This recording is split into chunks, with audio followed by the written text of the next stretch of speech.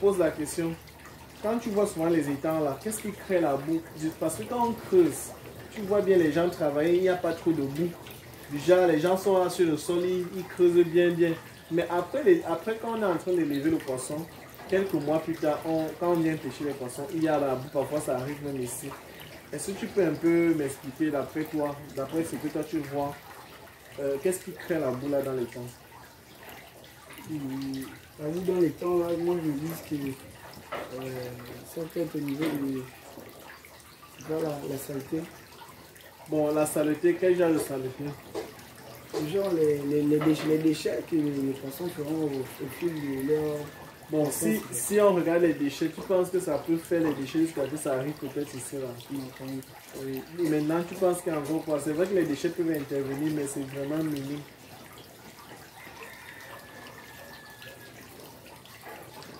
La boue, mais c'est... Comment on appelle ça?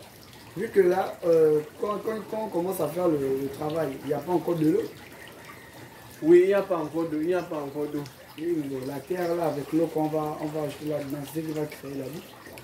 La terre ou du sol? Oui. Avec l'eau. Oui. Bon. Est-ce que si je viens verser, prenons un peu un seau comme ça, si je mets l'eau, même s'il y a la boue en bas, est-ce que ça va ajouter réellement la boue? Donc, ça ne va pas ajouter, puisque la boue est là, ça ne va pas ajouter la boue, même si on met les poissons là et tout. Bon, voilà un truc qu'on a creusé. Si je mets l'eau là maintenant, là, ça ne va pas ajouter de l'eau. En réalité, si ça reste stable, comment ça ne va pas ajouter de l'eau. Il y a un truc qui crée, qui fait en sorte que cette boue augmente. Parce que si l'eau était seulement là comme ça, là, la boue ne devait pas... En fait, le sol devait rester peut-être tendre, mais ça ne pouvait pas créer la montée. Oui, la montée d'eau que tu vois souvent là. La montée de boue. En fait, il y a deux paramètres qui créent ça. Et les deux paramètres là sont rectifiés dans le système semi-intensif amélioré. Le premier paramètre, c'est les digues. La boue qui est créée dans le fond là, ce sont les digues qui créent ça. Donc, quand l'eau est positionnée dans les étangs, le vent souffle. Et puis, le brassage là va commencer à créer un phénomène d'érosion sur les digues. Donc, ça va cogner les digues à chaque fois pendant beaucoup de temps. Cogner les digues. Et donc, les digues vont commencer à se déformer et s'émietter. Et la terre là ne va pas monter. Donc, ça va commencer à s'écouler dans le fond. Et c'est ça qui va donc créer la masse de terre qu'il y a souvent dans le fond là. Donc, première chose, on améliore les digues pour que on puisse améliorer les pêches de contrôle. Donc, si on veut se rassurer de contrôler nos poissons, vu que pendant même la pêche du poisson, on se rend compte que dans le processus de pêche, donc dans le processus de pêche, on a les poissons qu'on perd parce qu'ils peuvent rester dans le fond. Et quand on laisse les poissons là dans le fond, si tu reviens un mois plus tard, donc peut-être tu as fini de vidanger, il y a les poissons qui se sont cachés. Quand tu reviens pour mettre les poissons, même si tu fais la sec et tout ça, quand tu reviens pour mettre les poissons, là, comme ils sont en hibernation, ils vont ressortir. Et quand ils ressortent maintenant, un poisson mange de 1/5 de sa taille. Donc si tu as 1 kg, il faut manger comme ça 70 poissons. Et 50 poissons. Donc les 50 poissons là, si tu as les larves, les alevins que tu viens verser, imagine un peu un poisson qui a grandi, qui est resté dans la boue là, qui ressort, il va finir tous tes poissons. Du coup, ça te crée des difficultés. Tu n'as plus seulement les problèmes avec les grenouilles, tu auras maintenant des problèmes aussi avec tes propres poissons que tu as laissés avant. Donc pour éviter ce problème, il disait qu'il y a deux facteurs qui créent ça. La digue et le type d'espèce. Donc ce qu'on va améliorer ici, là, ici, il y aura les digues et l'espèce à élever. Comment est-ce qu'on va donc gérer les digues? On va mettre peut-être du ciment, on va mettre du moellon, on va utiliser peut-être, on va faire en sorte que le sol des digues soit dur. Donc quand l'eau va vouloir frapper, il va trouver la résistance et il ne pourra plus casser la digue. Et dans ce moment, même si on fait comme il y aura toujours, il n'y aura pas de boue dans le fond. Donc on est assuré que là, on peut vidanger et trouver nos poissons en paix. Ça c'est la première chose qu'on améliore. Sauf que ça améliore, mais ça crée une autre difficulté. La difficulté, c'est quoi? C'est que la boue a un avantage. La boue qui se trouve là, ça permet de, on va dire, homogénéiser les caractéristiques zootechniques. Par exemple, grâce à cette boue, quand tu nourris, la matière peut facilement se dégrader.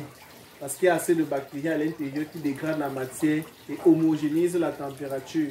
Il y a ce qu'on appelle dans l'eau un phénomène de upwelling. Le upwelling, c'est du genre, quand il fait chaud en surface, l'eau froide qui d'en haut, ça descend vers le bas. Et donc maintenant, les poissons vont faire quoi? Quand il fait chaud en haut, la température d'en bas est différente. Quand il fait maintenant un peu chaud en bas, la température d'en haut est un peu différente. Donc du coup, on trouve souvent ça dans les puits. Tu as remarqué, si tu vois même l'eau des rivières ou bien l'eau des puits, disons l'eau des puits, le matin quand tu pars, quand il fait froid là, tu puises l'eau, c'est un peu tiède. Mais quand tu pars en plein midi, quand il fait chaud, normalement l'eau doit aussi chauffer, mais quand tu retires l'eau du puits, elle est fraîche. Ça, c'est le phénomène du upwelling. Et donc, c'est la boue et la terre qui créent ça. Donc, si tu enlèves déjà les caractéristiques là, tu enlèves beaucoup de gestion qu'il y avait. Donc, tu vas te rendre compte qu'au fur et à mesure qu'on évolue, les conditions, ça nous conditionne en fait. Donc, on est obligé de mettre en place de nouvelles conditions pour faire survivre les poissons. Ici, là, on n'avait pas trop de difficultés parce que tout était presque naturel. Ici, on n'avait aussi pas trop de difficultés parce que c'était aussi presque naturel. Mais comme on veut le résultat, on veut les gros résultats, on est obligé de conditionner de plus en plus, de plus en plus. Donc, à ce niveau, ce qu'on va changer là va nous amener encore à conditionner. Donc, qu'est-ce qui va se passer? En faisant les digues, on sera obligé de ne plus durer parce que notre élevage, on va plus faire les 6 mois, les 8 mois. On sera obligé de faire 4 mois, 5 mois. Pourquoi? Parce qu'il ne faut plus laisser trop les poissons seuls. Oui, il faut maintenant qu'on essaie de faire, puisqu'il n'y aura plus... En fait, les trucs ne seront plus très homogénéisés. Tu vois un peu. Donc, il faut faire vite pour quitter sur la production là. Donc, ici, on va améliorer aussi la nutrition. Donc, la nourriture va être donnée un peu plus maintenant, mais on va augmenter les quantités de poissons. Au lieu de 15 poissons, on va monter à 30 poissons par mètre carré, ici là. Parce qu'on ne peut pas quand même nourrir nos poissons et avoir les petites quantités. On ne peut pas bétonner les digues et avoir les petites quantités. Imagine que tu as 250 mètres carrés. Bétonner ça, c'est cher. Et si tu bétonnes et que tu n'as que 15 poissons le mètre carré, disons même que tu as 500 mètres carrés, tu mets seulement 15 poissons, ça va faire dans les 4500.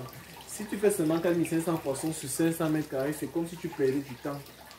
Or, si tu bétonnes seulement 100 mètres carrés et que tu mets 30, ça te fait 3000 poissons. 100 mètres carrés et 500 mètres carrés, tu vois, il y a la grosse différence. Si tu bétonnes 200 mètres carrés, ça te fait 6000. Donc, quand on bétonne, on augmente les quantités automatiquement, sinon on perd. On perd. Et donc, si tu sais que tu n'as pas la capacité, parce que moi je montre ça, comme il t'a dit, ça va t'amener à faire le choix de l'investissement. C'est pour ça que je voulais commencer d'abord à cette base-ci. Tu vas décider si tu prends ça ou ça ou ça ou ça ou ça en fonction des résultats que tu veux obtenir. Donc, si tu sens que tu n'as pas assez de moyens, ne pas prendre un truc comme ceci. Parce que tu sais que lui va te demander plus d'argent. Et comme tu sais qu'il va te demander plus d'argent dans l'investissement, tu dois profiter en rentabilisant sur les quantités. Or, les quantités impliquent quoi? Il faut encore la nourriture, il faut les éleveurs, il faut. L'avantage, c'est que si tu produis déjà ces deux entités-là, les éleveurs et les aliments, tu pourras faire tous ces systèmes-là en paix. Mais si tu ne produis pas, tu vas te rendre compte qu'imagine si tu veux mettre 6000 et que l'éleveur coûte 200, ça te fait 1 million de rien que sur les éleveurs. Et parfois, ce n'est pas facile d'avoir 1 million comme ça du tout. Donc, les espèces maintenant, c'est le deuxième facteur qu'on veut améliorer. Dans le processus, si toutes les espèces, je disais tout à l'heure que ce qui crée la boue dans les temps, il y a le vent, mais il y a un autre élément qui est très important, l'espèce. Le poisson comme les cellules, ce sont les poissons qu'on les appelle les détritivores, les poissons benthiques. Ils aiment ronger le sol, la boue. Il y a les carpes aussi qui font ça. Les seuls poissons qui ne font pas trop ça, ce sont les tilapias. Donc, ça veut dire que quoi? Ils cherchent à ronger les parois de l'étang. Ils cherchent à ronger les digues parce qu'ils vont trouver à l'intérieur des petits êtres vivants qui vont manger. Donc du coup, s'ils sentent qu'il y a un petit crabe qui vient de naître dans la digue, là, ils vont ronger. Et c'est comme ça que la digue se casse et ça crée encore la boue. Donc en cimentant, on est obligé maintenant, on va maintenant faire en sorte que les espèces ne puissent plus se nourrir avec ces petits produits-là. Donc, on sera obligé de les nourrir. Maintenant, puisqu'ils ne vont plus trouver l'aliment naturellement, ils seront obligés maintenant de dépendre de vous. Donc, plus vous compliquez leur environnement, plus ils sont obligés de s'adapter avec la nouvelle forme que vous êtes en train de mettre en place. Donc, de créer cet environnement-là pour eux. Voilà. Maintenant, la difficulté qu'on a ici, c'est quoi? Parce que, comme il t'expliquait, tout dépend des objectifs. On est à quitter d'ici pour ici. Ok. Là, on a l'avantage, c'est qu'on a plus de poissons. La rentabilité ici est vraiment plus élevée. On a plus d'ambition. Mais le problème, c'est que ça prend beaucoup d'espace. L'espace, l'argent, le temps ici. Ce qu'on fait donc maintenant, on dit, ok, qu'est-ce qui peut nous permettre de dépenser moins et d'utiliser moins d'espace et produire beaucoup? On va donc quitter de ce système-ci, on va tomber au système intensif.